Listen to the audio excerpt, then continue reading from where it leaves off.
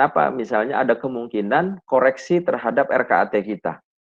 Jadi RKAT kita ini boleh saja atas kebijakan pimpinan, ketua UPZ, kemudian mengusulkan kepada Basnas perlunya ada koreksi tentang anggaran terkait penyaluran dalam dampak COVID-19 ini. Kemudian yang ketiga, penting dalam program memastikan penyaluran aman dalam hal penerima manfaat atau asnaf. Nah, sesuai dengan yang juga dilakukan oleh Basnas Pusat, memang dua asnaf yang banyak kita sesuaikan untuk penerima manfaat dari kondisi COVID saat ini. Pertama adalah kalau sumbernya dana zakat, maka asnaf itu yang didominasi oleh asnaf miskin, yang kedua juga asnaf fi sabilillah, ya. Belum dilewat. Oke. Kemudian yang ketiga, maka kita juga penting harus memastikan sumber dananya tadi. Kalau dana zakat memang hanya untuk 8 asnaf. Untuk dana infak, maka ini bisa lebih fleksibel.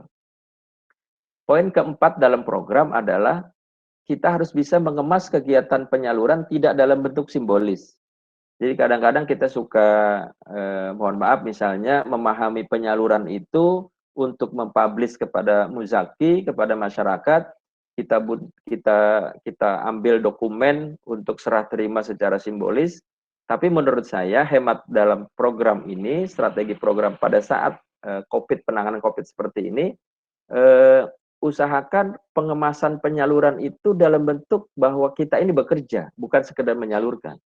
Jadi dokumen-dokumentasi itu tidak dalam hanya bentuk simbolis saja, tapi dalam bentuk bahwa peran kita adalah bekerja, membantu mustahik, yang juga di sini sifatnya kerjasama dan sinergi. Tidak mungkin kita Basnas atau mitra ini hanya mampu kita melakukan penanganan untuk bantuan kepada mustahik. Pasti kita membutuhkan pihak ketiga. Contoh misalnya kemarin ada konsultasi UPZ mau menyalurkan masker, mau menyalurkan APD, maka pastikan bentuk kerjasama kepada pihak ketiga. Karena nanti menjadi laporan penyaluran kepada mitra dan juga kepada publik. Kita tidak ingin dalam hal situasi darurat seperti ini, kemudian kita meninggalkan prinsip-prinsip dalam penyaluran. Jadi pastikan ini juga tidak akan ada masalah, karena nantinya juga semua pekerjaan kita akan kita laporkan dan bahkan ada audit. Nah, laporan-laporan penyaluran, maka kami dorong dari sisi strategi program ini, dari penyaluran, dari pelaporan, kegiatan, maka penting kita harus menjaganya. Jangan sampai nanti dilihat oleh masyarakat, kita sudah bekerja, namun dari sisi pelaporan ada yang kita abaikan. Next. Nah, sampai kepada kesimpulan, jadi kami mengatakan, bicara pengelola zakat, memang hari ini dihadapkan bagaimana nafas pengelola zakat ini, pengumpulan dana ini tidak terganggu. Jadi kita mau bicara apapun, 1 bulan, apalagi saat ini menjelang Ramadan, pasca Ramadan, pasti yang kita kuatkan adalah bagaimana bagian pengumpulan ini tidak turun. Kami bisa share misalnya di Basnas Pusat itu dengan kondisi seperti ini tidak ada adjustment dari sisi target. Basnas Pusat bulan April saja kita punya target 32 miliar. Untuk Ramadan kita punya target 102 miliar. Apa yang kita hadapi saat ini? Ketika bicara WFH, dampak yang langsung kita rasakan adalah biasanya menjelang Ramadan kita buka counter zakat di beberapa tempat.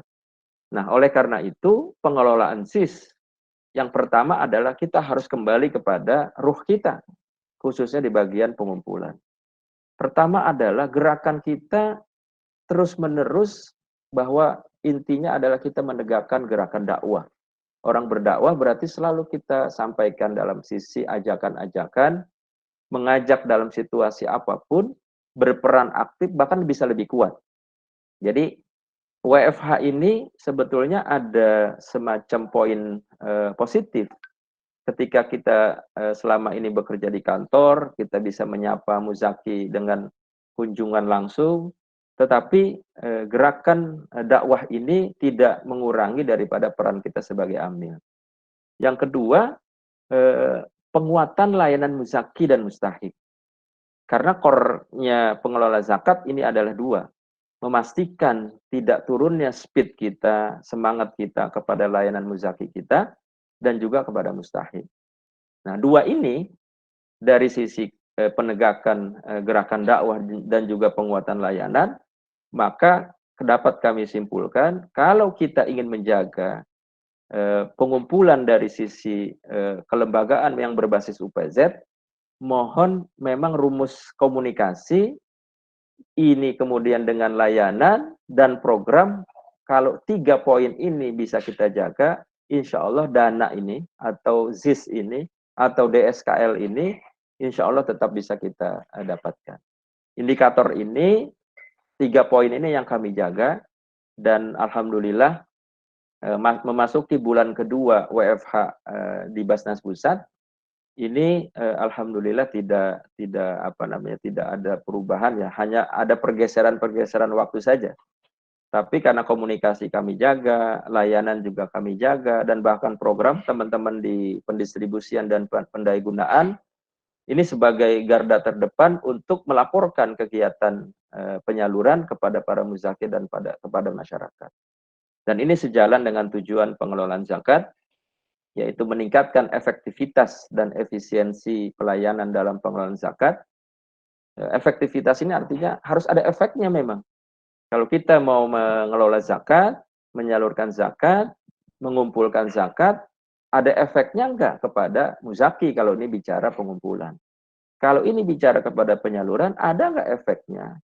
Perubahan-perubahan masyarakat dengan peran yang sangat luar biasa. Teman-teman di daerah saya juga memperhatikan, memantau bagaimana teman-teman berjuang untuk membantu kaitan dengan kondisi COVID saat ini. Kemudian yang kedua, ini pasal 3 sebetulnya kami ambil dari tujuan pengelolaan zakat, meningkatkan manfaat zakat dan mewujudkan kesejahteraan masyarakat dan penanggulangan kemiskinan. Jadi kalau tidak ada efeknya, kalau kata anak sekarang, kalau nggak ngefek ya dari apa yang kita lakukan, dan juga tidak ada peningkatan manfaat zakat, sesungguhnya kita belum sampai kepada tujuan pengelolaan zakat. Dengan ini kami mendorong atau kita mengajak semua pihak terkait dengan stabilnya ya, kalau kita ingin menjaga kestabilan pengumpulan zakat, maka jangan pernah kita mengurangi speed kita atau bahkan berubah drastis dengan kondisi WFH seperti ini.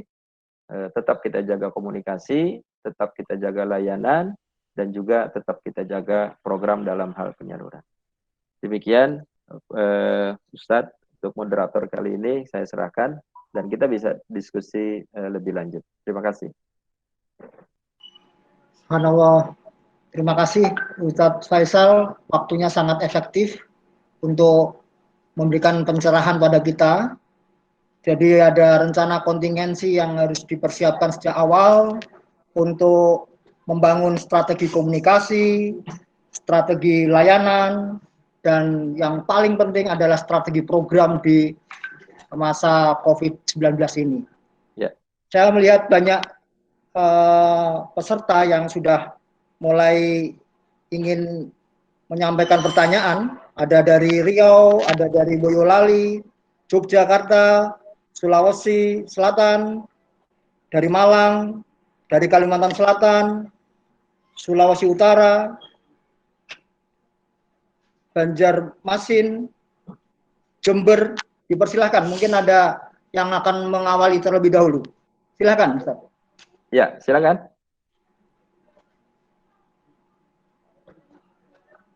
Atau kita tunjuk dulu ya, mungkin dari Riau, dipersilahkan dari Riau. Oh ya, dari Pak Ustadz Budi Muhammad. Di unmute Pak, silakan untuk bertanya. Oh ya, silakan di unmute dulu. Pak Budi.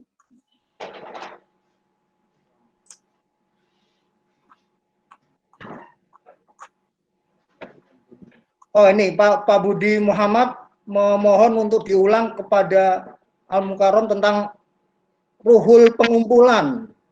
Ya. Iya, silakan Ustaz. Oke. Baik, ruh pengumpulan itu yang saya maksudkan adalah pertama tugas kita sebagai pengelola zakat itu adalah menegakkan syariah zakat. Jadi ruhnya itu kita tidak konsen kepada bagaimana orang pengumpulan ini di kepalanya hanya uang, tapi kita lebih menempatkan peran kita sebagai penggerak dakwah zakat. Satu-satunya lembaga untuk menegakkan syariah zakat adalah Basnas dan LAS. Jadi kalau ruh ini kita tidak jaga, orang yang mengajak atau menegakkan dakwah zakat itu, bayangkan tantangan kita biasanya mengedukasi, mensosialisasi. Orang-orang itu belum tentu langsung ingin misalnya tertarik dengan ajakan kita.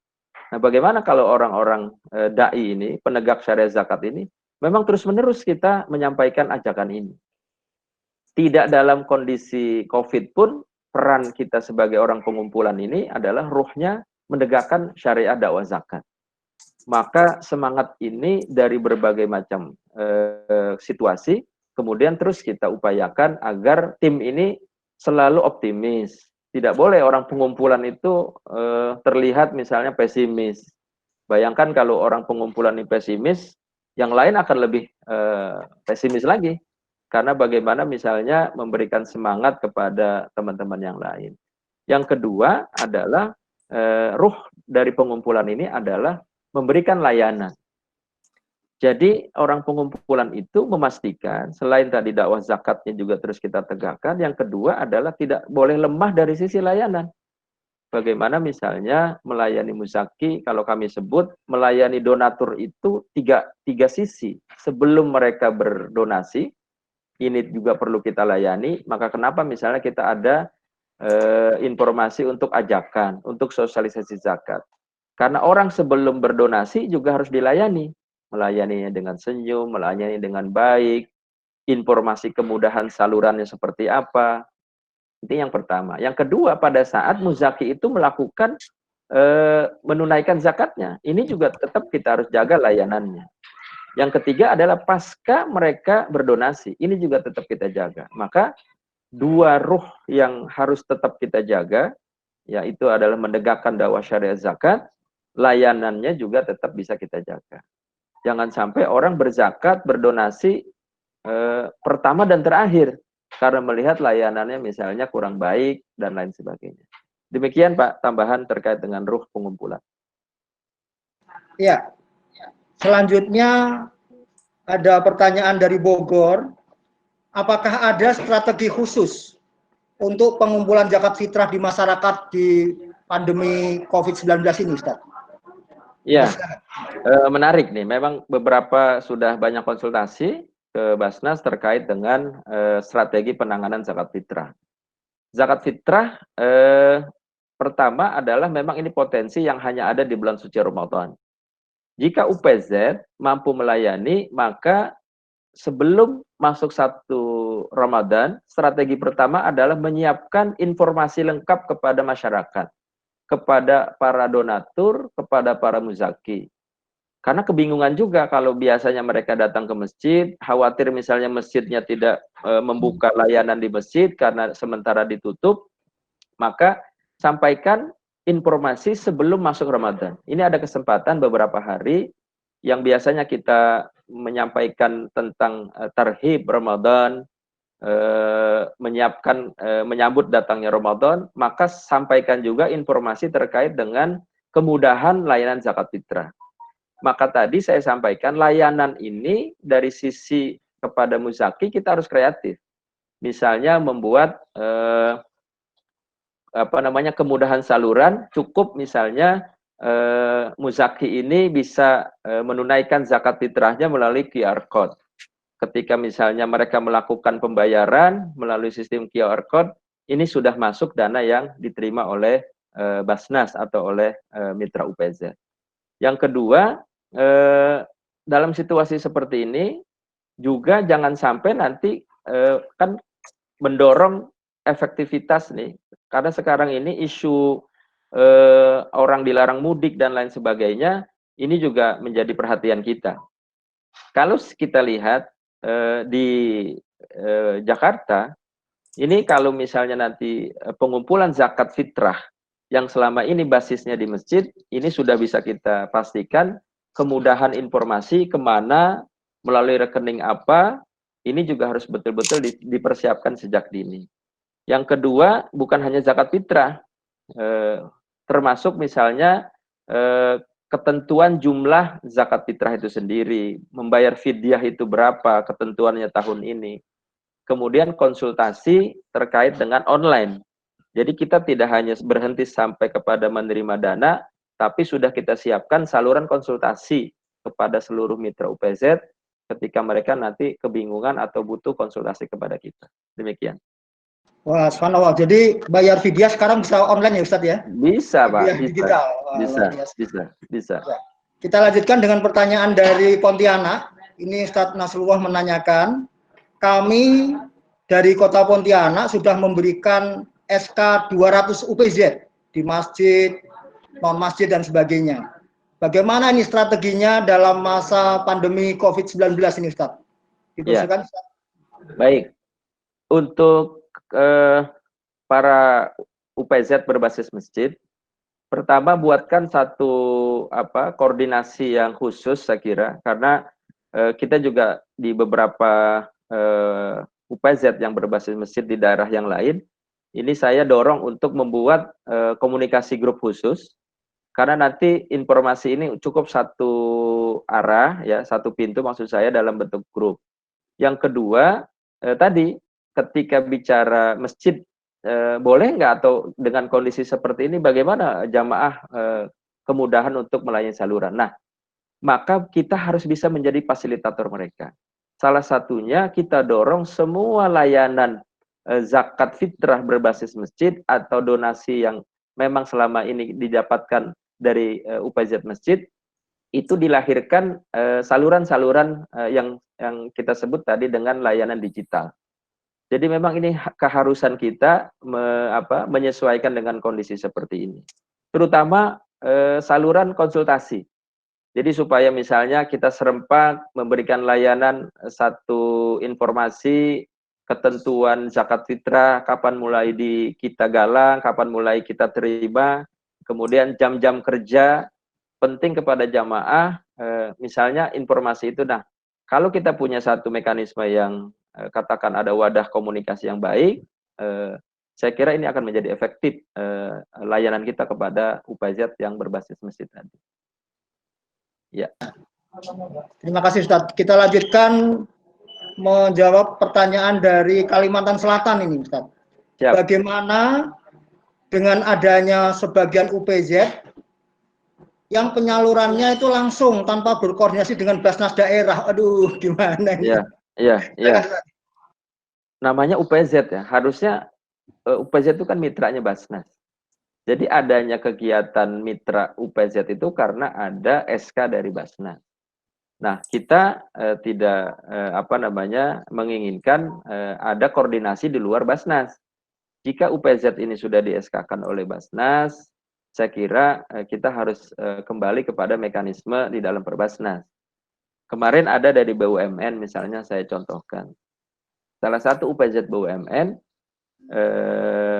menginginkan ada penyaluran yang mereka kumpulkan untuk donasi COVID ini, kemudian mereka ingin menyalurkan.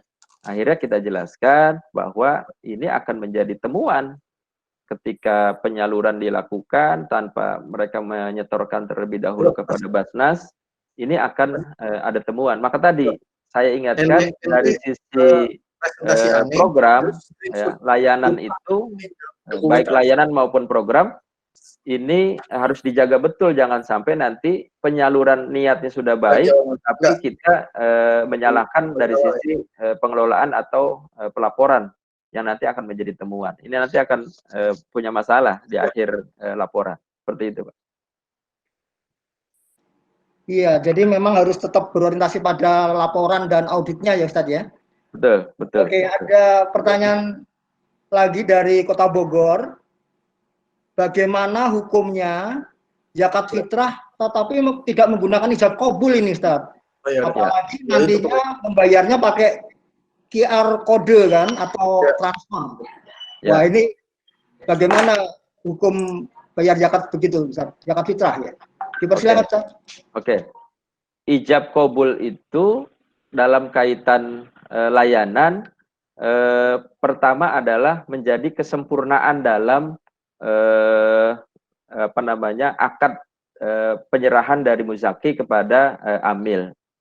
Jadi kalau pakai QR code atau pakai istilah kami di sini kami khususkan ada rekening yang disebut zakat fitrah, maka dipastikan semua setoran zakat fitrah itu tidak hanya dananya saja kita terima, tapi datanya.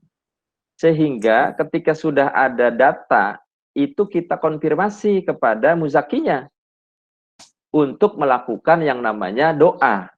Karena ini kewajiban. Wassalli alaihim, ini adalah kewajiban memberikan layanan kepada muzaki. Tetap harus kita pastikan ijab kabul ini memang tidak langsung antara muzaki dengan amil, kemudian penyerahannya dalam bentuk layanan tadi, kita bisa mendoakan itu setelah ada informasi dari muzaki bahwa zakat fitrah yang dibayarkan itu atas nama fulan, atas nama fulanah. Nah, maka itu setelah dana diterima dan dipastikan sudah masuk ke rekening, maka kita kembali melayani kepada muzaki tadi untuk mendoakan. Tetap ini harus bisa kita laksanakan. Hanya proses keuangan transaksinya saja yang tadi dalam bentuk QR code. Karena ijab kabulnya, mubasyaratan itu pasca dana itu sudah diterima oleh Basnas. Itu harus didoakan dan memang diniatkan untuk siapa zakat fitrah itu. Ya. Wah, subhanallah begitu ya Ustadz ya. Semakin jelas kita sekarang. Ya. Dan ada lagi dari Ustadz Nur Azmi Banjarmasin, nampaknya ini dari leluhur saya ini.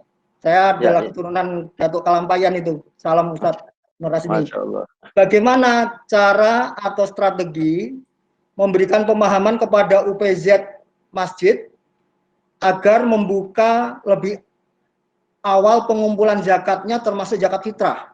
Sebab sebentar lagi Kota Banjarmasin akan memasuki pemberlakuan PSBB. Astagfirullah. Ya, gimana ini Ustaz ya? Silakan Ustaz Faisal. Ya, PSBB ini kan hanya persoalan agar tidak ada kontak ya antara kita dengan yang lain, menghindari pengumpulan masyarakat atau berkumpulnya masyarakat.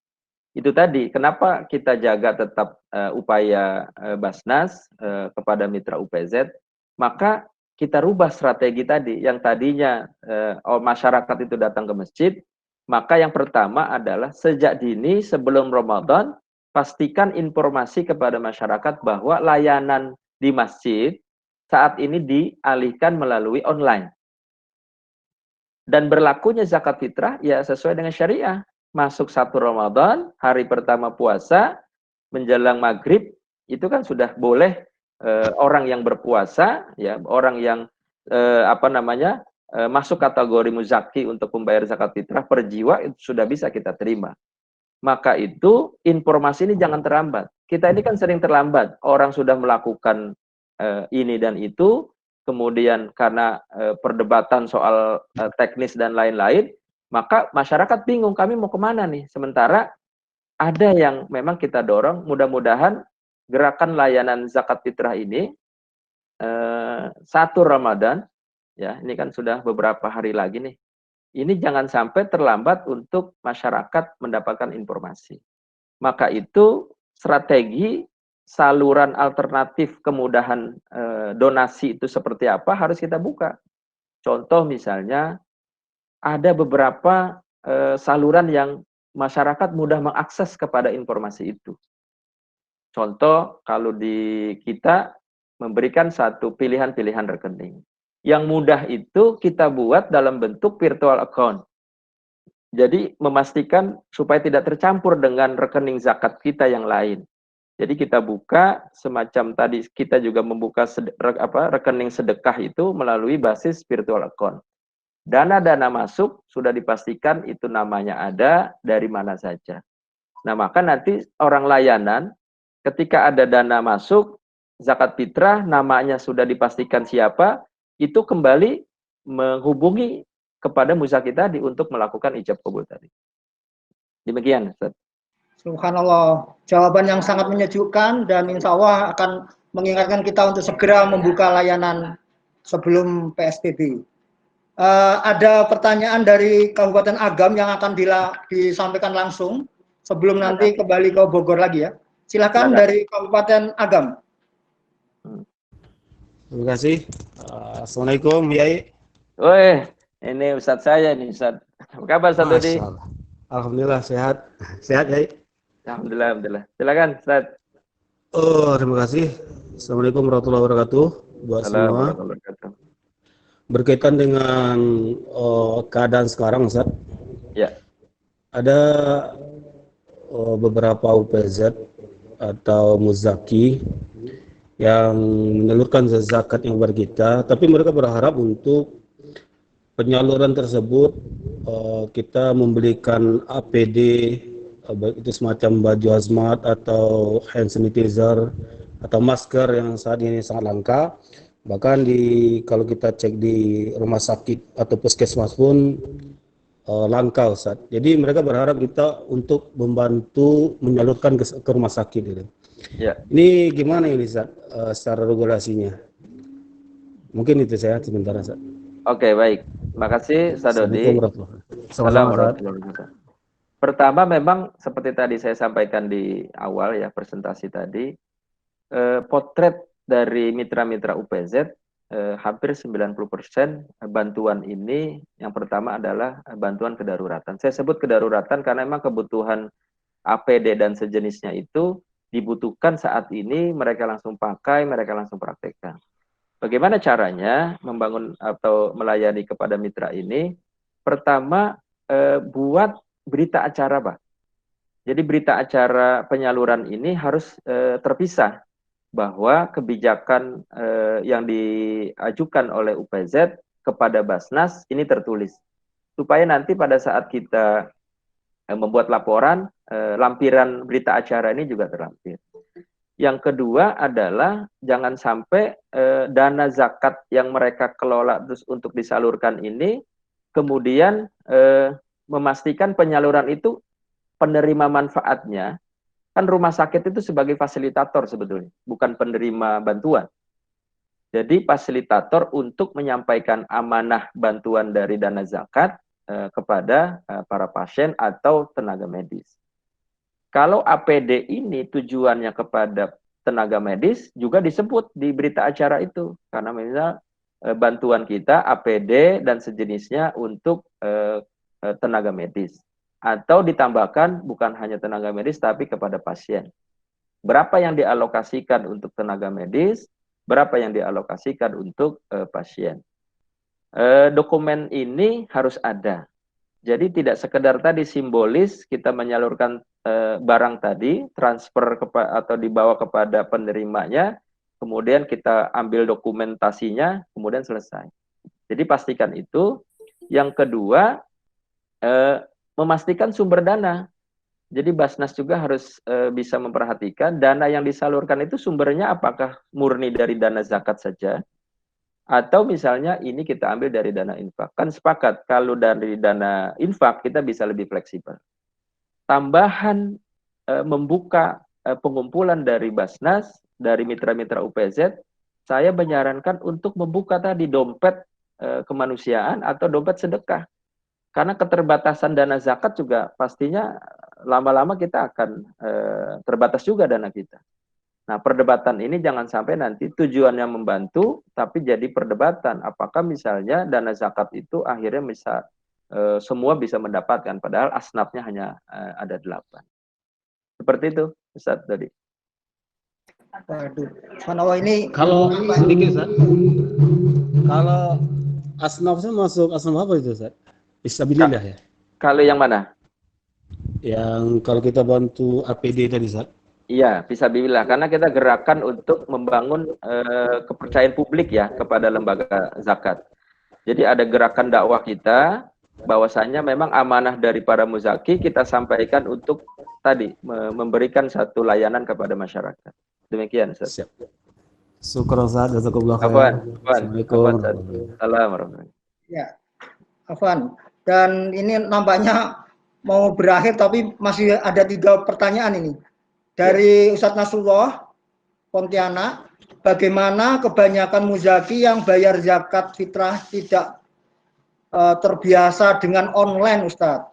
Dan penyalurannya pun kepada mustahik, fakir miskin, tidak mungkin secara personal mereka terpaksa datang ke masjid.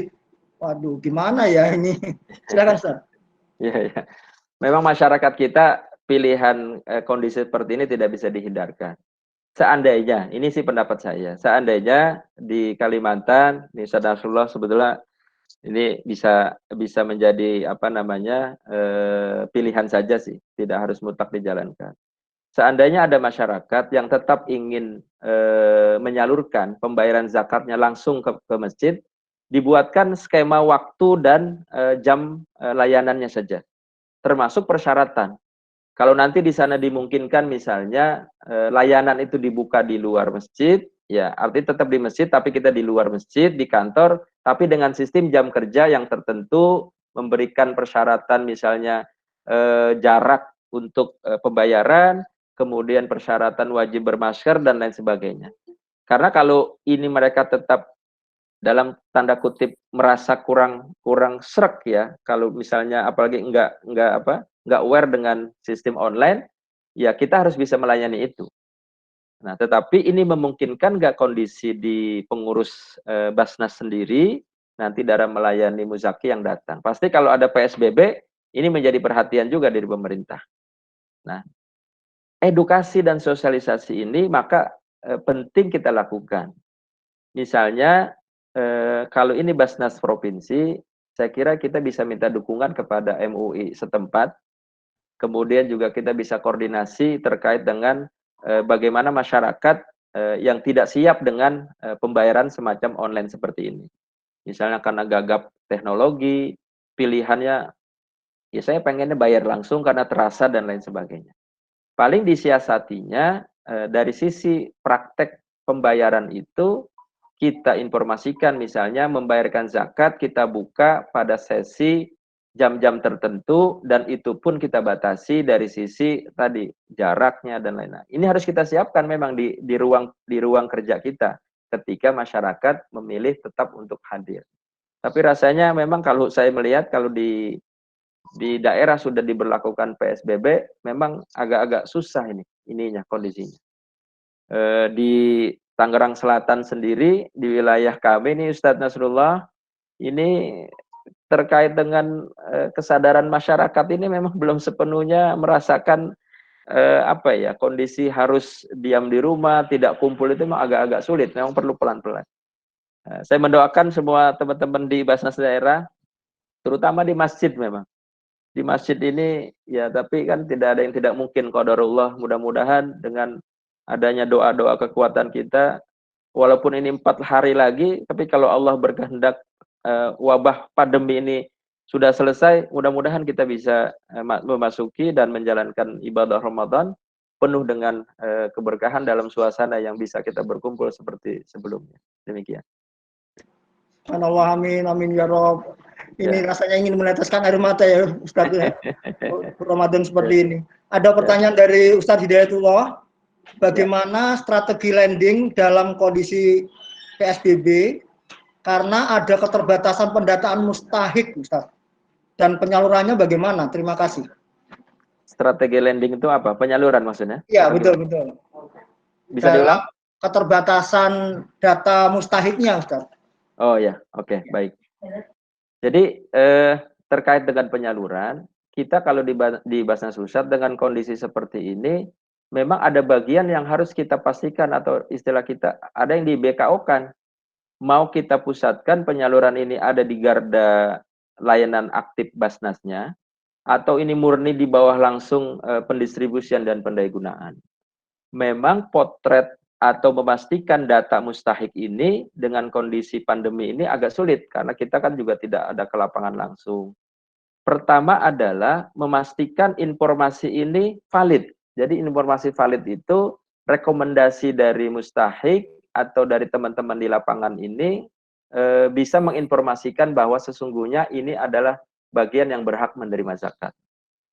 Yang kedua, kan passwordnya penyaluran zakat itu adalah pertama dia asnafnya jelas. Ya, asnafnya jelas itu kita tidak ragu dengan kondisi misalnya ketika disampaikan foto rumahnya, kegiatan saat ini dan lain sebagainya, kemudian diupload, kemudian dikirim kepada tim pendistribusian dan pendayagunaan. Memang ada satu kondisi yang tidak bisa kita lakukan, survei itu nggak mungkin kita lakukan. Jadi memastikan kondisi itu ya by online, yang kemudian mudah-mudahan dengan kondisi pandemi saat ini saya juga mengerikan nih data kemarin ya 3 hari yang lalu secara nasional ini ada data yang menyebutkan tambahan untuk orang miskin ini bertambah 3 juta. Kemudian tambahan untuk orang yang menganggur karena dampak COVID, PHK, dan lain sebagainya, ini bertambah sampai 6 juta. Artinya, yang tadi disampaikan oleh Pak Nasrullah dalam pertanyaan pertama, memang bukan hanya yang existing saat ini kita layani mustahik yang du'afa, yang baru akan bertambah. Jadi bayangkan kalau kita lemah atau speed semangat kita untuk mengajak dakwah zakat, kemudian untuk menjaga komunikasi, layanan kita kurang baik, ini berdampaknya luar biasa. Dan hari ini masyarakat akan bergantung kepada kita. Maka kita juga harus tetap bisa menjaga semangat, karena kalau kitanya juga lemah, ya masyarakat akan menjadi lebih lemah dari kondisi kita. Bagaimana misalnya teman-teman pengumpulan juga harus tetap baik dalam menjaga kondisi kesehatan. Karena kita yang menjaga mereka juga harus sehat. Jadi kalau kita lupa dari sisi menjaga kesehatan, kita semangat menyalurkan, membantu, dampak ini juga kepada kita, ini Masya Allah, ini akan menjadi kesulitan buat masyarakat. Demikian, Ustadz Ana. Oh, nampaknya masih banyak yang antusias, tapi waktu terbatas sekali. Siap. Sangat antusias berbagai Basnas daerah ingin mengikuti pencerahan dari Ustadz Faisal ya. Tetapi minta maaf karena waktunya sudah habis, dan saya sebagai moderator mohon maaf apabila ada kekurangan dalam memfasilitasi ini, dan mohon untuk doa penutup sekaligus mengakhiri training online ini pada Ustadz Faisal. Aplaus untuk Ustadz Faisal dan dipersilakan untuk sekaligus doa penutup. Kepada Ustadz Faisal dipersilakan. Baik, Bapak Ibu sekalian, para pejuang zakat yang mudah-mudahan amal kita tidak pernah tahu amal kita yang mana yang akan menjadikan kita masuk surga dan diterima oleh Allah Subhanahu wa taala. Kita tidak pernah tahu dakwah yang mana yang amal kebaikan kita ini menjadi catatan kita yang bisa menjadi amal jariah untuk kita. Oleh karena itu, kalau kita melihat dari sejarah seorang Mu'adz bin Jabal, ternyata beliau bagian dari pejuang zakat. Beliau seorang sahabat Nabi yang luar biasa. Kalau dilihat dari historical hidup beliau, ternyata beliau wafat dalam kondisi wabah. Jadi saya tidak bisa membayangkan bagaimana giat pada saat kondisi wabah terjadi, seorang Mu'adz bin Jabal kemudian terus bisa menjaga layanan dakwah zakat, infak sedekah kepada masyarakat. Saat ini kita yang merasakan seperti ini. Kita tidak pernah membayangkan itu. Saya ingin mengutip salah satu ayat di dalam surat Yasin ayat 12. Yang pertama, Allah berfirman di dalam ayat 12 ini, A'udzubillahi minasyaitonirrajim, Bismillahirrahmanirrahim. Inna nahnu nuhyil mauta wa naktubu ma qaddamu wa atharahum wa kulla syai'in ahsaynahu fi imamin mubin. Usia kita ini pasti kita akan berakhir di alam dunia ini. Tapi Allah meyakinkan di dalam ayat ini, ketika kita nanti sudah diwafatkan oleh Allah, inna nahnu nuhyil mauta, Allah akan menghidupkan kita orang-orang yang telah diwafatkan. Wa naktubu ma qaddamu wa atharahum. Dan pasti aku catat, aku tuliskan semua langkah-langkah kita, semua bekas langkah kita. Qaddamu wa atharahum. Termasuk peci kita hari ini, termasuk tangan kita, termasuk keberadaan kita, kursi kita, sorban kita, baju kita, sarung kita saat ini dalam berjuang menegakkan dakwah zakat. Kata Allah, wa naktub, semua tercatat rapih dan akan dikumpulkan dalam kitab yang disebut kitab yang akan dibagikan untuk kita semua. Ini adalah sebuah kepastian dan mendorong semangat dalam menjaga dakwah zakat ini sampai betul-betul kita memberikan yang terbaik. Kita tidak pernah tahu, jangan-jangan hari ini adalah cara kita yang diberikan oleh Allah untuk memberikan satu perhatian, layanan kepada para muzaki dan para mustahik. Terus berjuang teman-teman, insya Allah kita akan bersama-sama untuk menjaga dan memberikan semangat kepada saudara-saudara kita. Karena mereka akan selalu bertumpu kepada kita. Meskipun kondisi kita juga sama. Kita sebagai amil juga kadang-kadang sedang berdoa bahwa kita juga memang butuh bantuan. Tapi ingatlah, intan surullaha yansurukum. Kita sedang membela hamba-hamba Allah. Maka Allah akan bela kita semua. Mudah-mudahan semua layanan zakat, pengumpulan maupun pendistribusian di seluruh basnas daerah, di seluruh lembaga amil zakat teman-teman kita di luar sana, hanya kita bisa berdoa kepada Allah Subhanahu wa taala, mudah-mudahan Covid dan wabah ini segera berakhir dan kembali kita bisa menyatukan semangat perjuangan kita, dakwah kita, dan mudah-mudahan ini adalah persembahan dalam hidup kita yang terbaik yang akan menjadi amal jariyah untuk kita semua. Mari kita doakan kepada seluruh pemimpin kita, para alim ulama kita, orang-orang yang berjuang, yang tidak pernah kita lihat dari sisi mereka tampil, tetapi banyak pahlawan-pahlawan di luar sana yang tidak pernah terlihat, mereka berjuang untuk menegakkan dakwah zakat ini, mereka berjuang untuk membantu daripada penanganan wabah ini. Pada keluarga kita yang dalam kondisi kurang sehat, kepada seluruh generasi kita dan ke depan, mudah-mudahan Allah senantiasa menjaga dari sisi semangat dan iman Islam kita. Ala hadhihi niyyah, al-Fatihah. A'udzubillahi minasyaitonir rajim. Alhamdulillahirabbil alamin arrahmanir rahim. Iyyaka na'budu wa iyyaka nasta'in. Shiratal ladzina an'amta 'alaihim ghairil maghdubi 'alaihim waladdallin. Demikian kita tutup dan saya serahkan sebagai penutup karena ini ada moderator. Sekali lagi saya mohon maaf.